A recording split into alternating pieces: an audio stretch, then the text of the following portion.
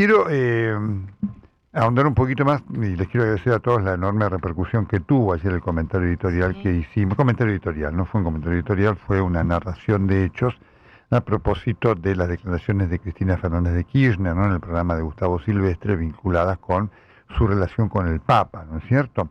Las mentiras de Cristina. Y les agradezco muchísimo a los colegas tanto de aquí como también del mundo que me llamaron, y les pido disculpas que no los atendí porque entiendo que las cosas que dije y las que voy a completar hoy están dichas acá, ¿no es cierto? Así que no hay absolutamente nada más que agregar. Pero les agradezco a todos la enorme repercusión que tuvo y el aporte histórico que me hicieron algunos narrando cosas de ese momento, ¿no es cierto?, de la Argentina, que no tenemos que olvidar, del kirchnerismo embistiendo contra Jorge Bergoglio, y fundamentalmente después el uso que hizo el kirchnerismo de la figura del Papa, más allá de, esto lo digo porque se lo dije a él, de algún error que yo entiendo el Papa cometió, en también darle al kirchnerismo tanto aire en aquellos momentos, hasta que finalmente entendió y se dio cuenta de la actitud de uso que el kirchnerismo tenía de su figura, y ahí inmediatamente cortó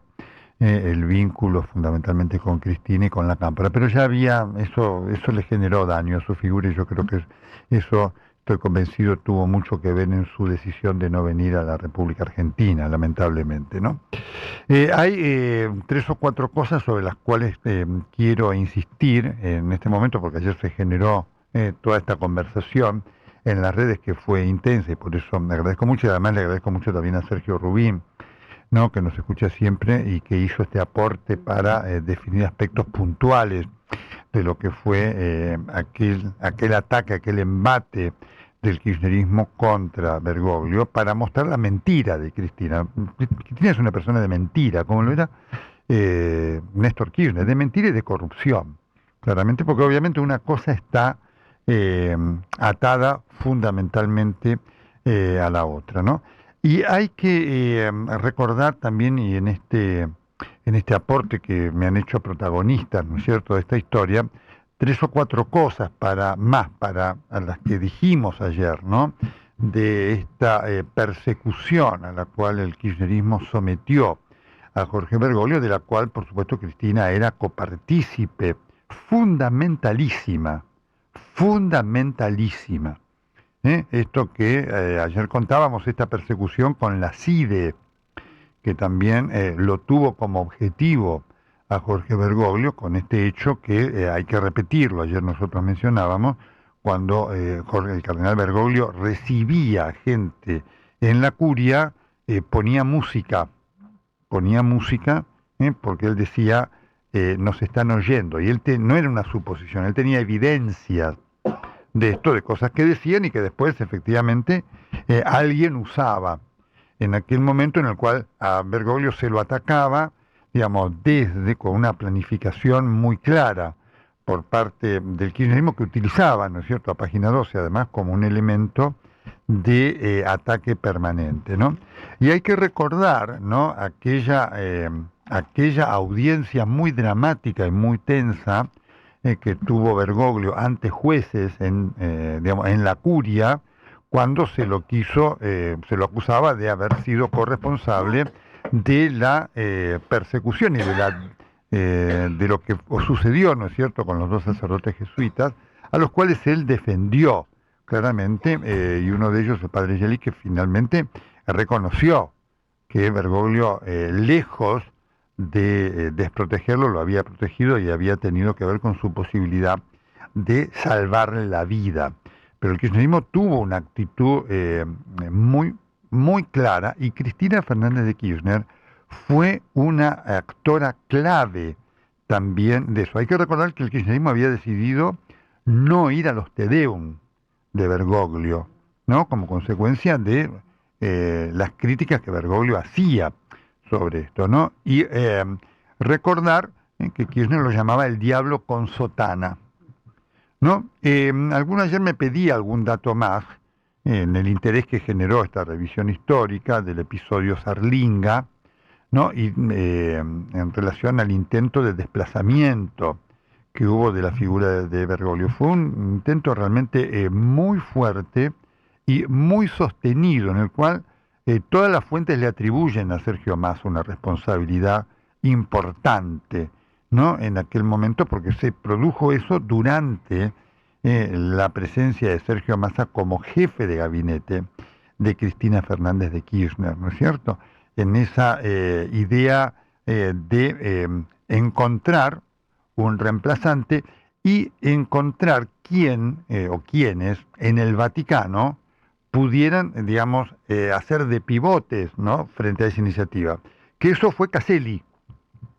Esos fueron los sectores, una cosa muy paradójica, ¿no? Porque el gobierno lo acusaba a Bergoglio de ser un representante del conservadurismo y efectivamente era el conservadurismo de la Iglesia el que se lo quería sacar de encima. Y ahí estuvieron esas gestiones muy importantes que se desarrollaron inclusive en el cónclave de 2005.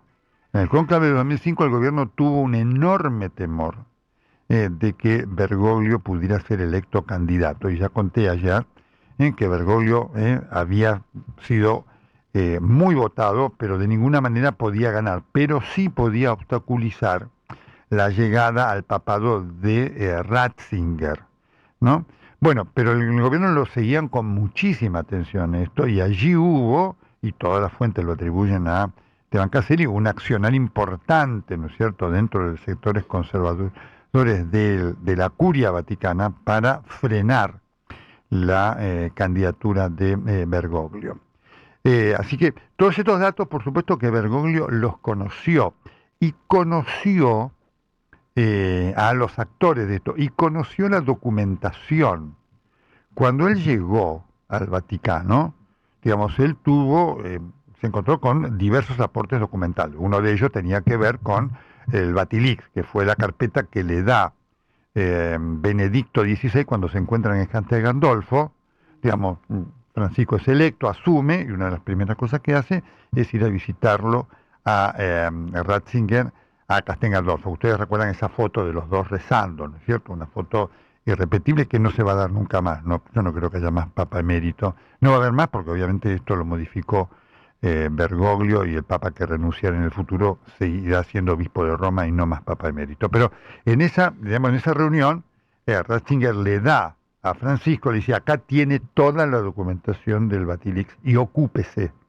Dice: ocúpese de esto porque es un elemento muy importante que hay que combatirlo. Y Francisco actuó muy firmemente para terminar con eso, que significó terminar con cardenales corruptos, a los cuales Francisco identificó y a los cuales desplazó.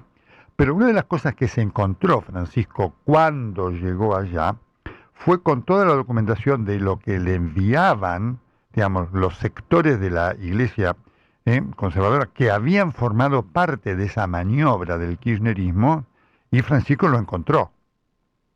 Y por supuesto, Francisco era un hombre que no olvidaba. Podía tener una actitud de perdón como la tuvo con Cristina, pero Francisco no olvidaba. Y a varios de ellos, algunos obispos, ustedes tienen presente que los obispos visitan Roma cada tanto, cuando llegaban les decía: mirá, vos mandaste esto. Esto le pasó a varios. A varios.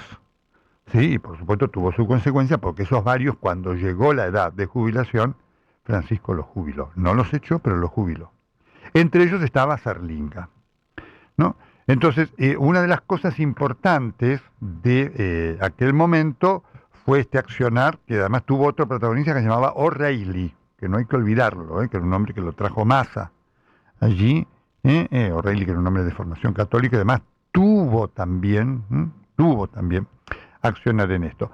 Monseñor Serlinga reconoció esta maniobra. Él se quiso presentar como víctima inocente de esto, pero él reconoció que efectivamente dijo: me sentí, digamos, involucrado en esta maniobra de intento de desplazamiento de Francisco. El día que lo eligen a Francisco, había una sesión en la Cámara de Diputados, ¿no? Estaba sesionando diputados, ¿no? Y allí se generó toda una situación muy tensa. Y hay todo esto que cuento se lo transmitieron a Francisco. Ya me lo contaba una fuente importante, muy, muy cercana a Francisco, ¿no? Y esto generó ahí todo un debate porque se quiso interrumpir la sesión de diputados, tanto Patricia Bullrich como Graciela Camaño, para obviamente estar viendo por televisión y tener idea de un comunicado de la Cámara de Diputados, y era el presidente Julián Domínguez, de la Cámara de Diputados, que fue llamado a Casa de Gobierno y por supuesto tuvo la orden de seguir con la sesión, para que nos demos cuenta lo que fue el kirchnerismo, lo que fue Cristina Fernández de Kirchner, que ese día tuvo un día de furia, cuando ese 13 de marzo de 2013 se elige a Francisco. Cristina estaba furiosa y en la Casa de Gobierno había un aire de velorio, gente diciendo, no puede ser que nos pase esto, no puede ser que esté ocurriendo esto, qué tremendo para nuestro gobierno, ¿no? Esta llegada de Francisco. Por eso, y esto lo narra, ayer lo narraba y lo comentaba muy bien Sergio Rubín, cuando Cristina lo va y lo visita, Cristina toma la decisión de ver cómo interactúa con esto, y se produce ayer aquel encuentro de Cristina, donde Cristina, haciendo el ridículo, le explica cómo tomar un mate, ustedes recuerdan, porque es que eso es Cristina, es decir, creía que ella es el non plus ultra de todo, y cuando le dice a Francisco, ¿no es cierto?, puedo tocar su vestimenta, porque nunca toqué, le dice Cristina, la vestimenta de un papa. Francisco se queda diciendo, mire, qué problema hay.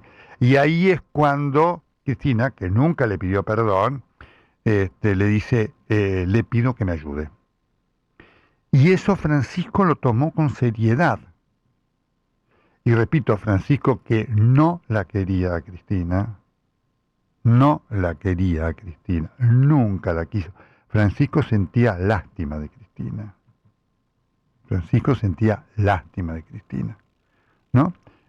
Porque realmente Cristina es un ser más, con su maldad, les confieso, es una persona de vida triste vida, la de un ser humano dedicada a la maldad, como Cristina, ¿no es cierto? Bergoglio sentía lástima.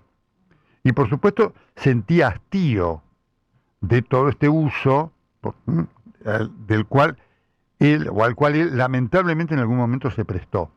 Hasta que un día se dio cuenta del uso, cuando fue lo del tema de la cámpora, cuando fue el tema, hubo un tema, Máximo Kirchner quiso que uno de sus hijos lo bautizara el Papa, y por supuesto recibió ni llegó a esto a Bergoglio, le dijeron, mire, el Papa no se dedica a estas cosas, no hace estas cosas.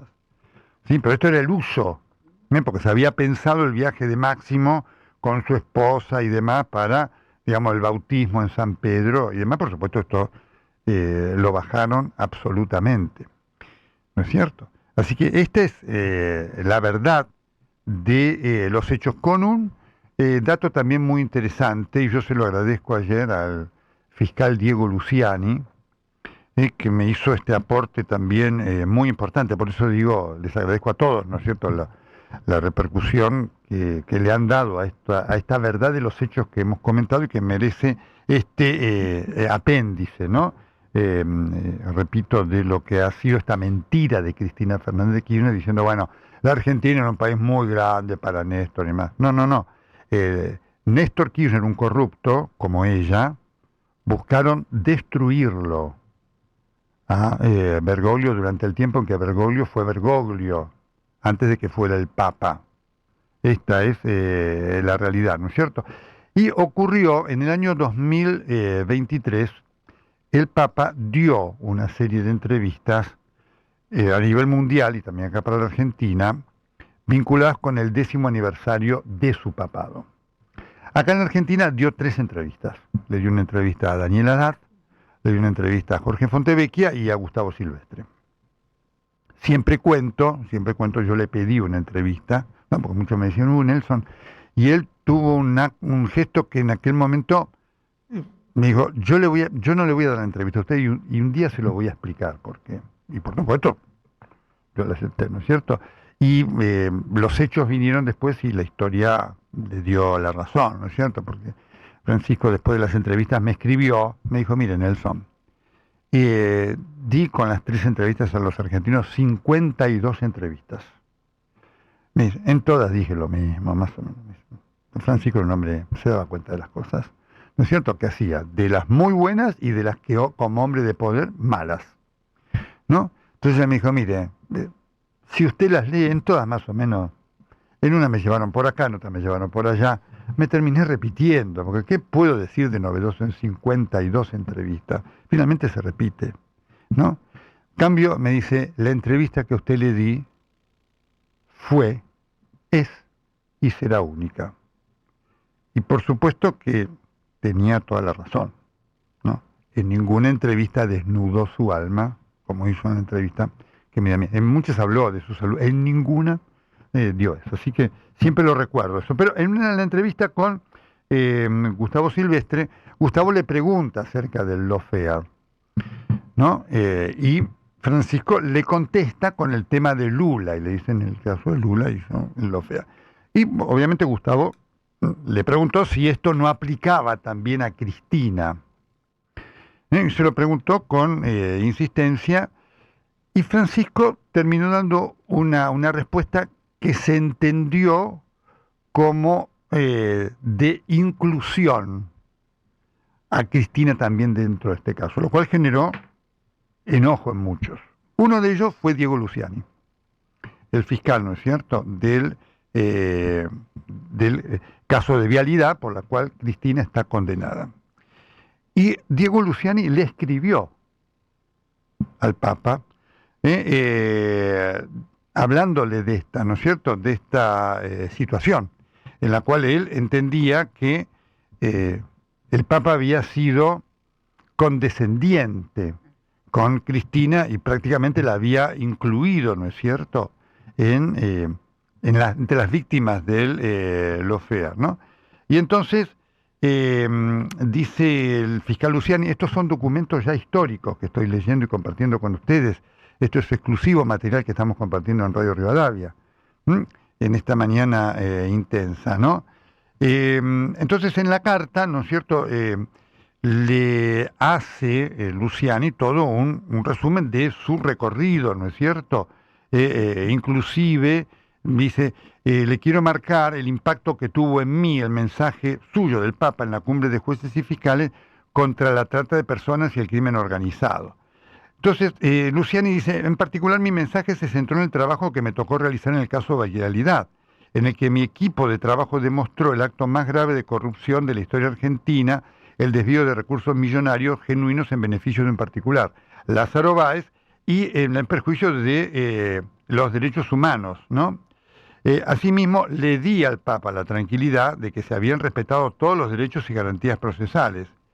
Por eso, Luciani le expresó que cuando lo escuché hablar de lawfare, dice Luciani al Papa en la carta que le manda, sentí impotencia y desánimo, la imperiosa necesidad de compartir con usted mi experiencia personal por simplemente hacer mi trabajo y cumplir con mi deber. Esto le escribe Luciani al Papa, visiblemente impactado y dolido por aquella expresión. Entonces, dice Luciani, para mi sorpresa, en la homilía que dio en la vigilia de Semana Santa, del 8 de abril, vigilia pascual, el Papa habla fundamentalmente de los conflictos que dañan las relaciones y habla del cáncer que para la sociedad significa la corrupción, ¿no? Entonces, dice Luciani, esas palabras me llegaron directo al corazón, ya que eso mismo me había referido yo al expresarle mi impotencia y desánimo. Es decir, el Papa dice, Luciani se dio cuenta que había leído su carta y usa esas palabras. Y entonces dice Luciani, mi asombro fue todavía más grande cuando el lunes siguiente, el 10 de abril, recibí una carta del Vaticano firmada por Francisco. En su carta, dice Luciani, me contó Francisco que se asustó porque no recordaba haber aplicado el calificativo de lawfare a la entonces vicepresidenta. Estamos hablando de un documento histórico, esto lo cuenta Luciani a propósito de lo que ayer contamos. También señaló, el Papa Francisco le señala, que al mirar nuevamente la grabación, es decir, Francisco fue a ver nuevamente la entrevista, esto es material exclusivo que estamos compartiendo, revelando en Radio Rivadavia por primera vez, al ver nuevamente la grabación de la entrevista, advirtió que efectivamente, el Papa advirtió que efectivamente daba la sensación de que él hubiera estado de acuerdo ante la insistencia reiterativa del periodista. Por eso, dice Luciani, me agradeció mi cercanía para evitar un error. Entonces, finalmente, el 19 de octubre de 2024, el Papa lo recibió a Luciani en el Palacio Apostólico, en una audiencia personal. Las audiencias en el Palacio Apostólico son oficiales. Quedan registradas en el Vaticano. Al entregarle el libro de mi autoría, Corrupción, un atentado contra la democracia y los derechos humanos, abrió grandes los ojos y me dijo, yo estudio mucho el tema de la corrupción. La corrupción está en todo. Sigue adelante con fuerza y valentía. Le agradezco mucho al doctor Luciani, que es oyente de Radio Rivadavia, me haya dado esta documentación y este aporte de este hecho desconocido, que por supuesto expone con toda su magnitud la mentira, las mentiras de Cristina Fernández de Kirchner en relación a su conexión, ¿no? En conexión con su relación al Papa. Esta es la verdadera historia con este aporte documental. Esto que marca este uso que Cristina quiso hacer de Bergoglio. Este uso que fue, como todo lo hecho por el kirchnerismo, vil y absolutamente inmoral. Porque eso es lo que es el kirchnerismo. Es decir, eso es lo que representa Cristina Fernández de Kirchner, como es lo que representó el corrupto que fue Néstor Kirchner. Y digo el corrupto que fue, yo cuando digo estas cosas las digo en vida, porque se las dije a Kirchner en vida y de frente. Seguimos.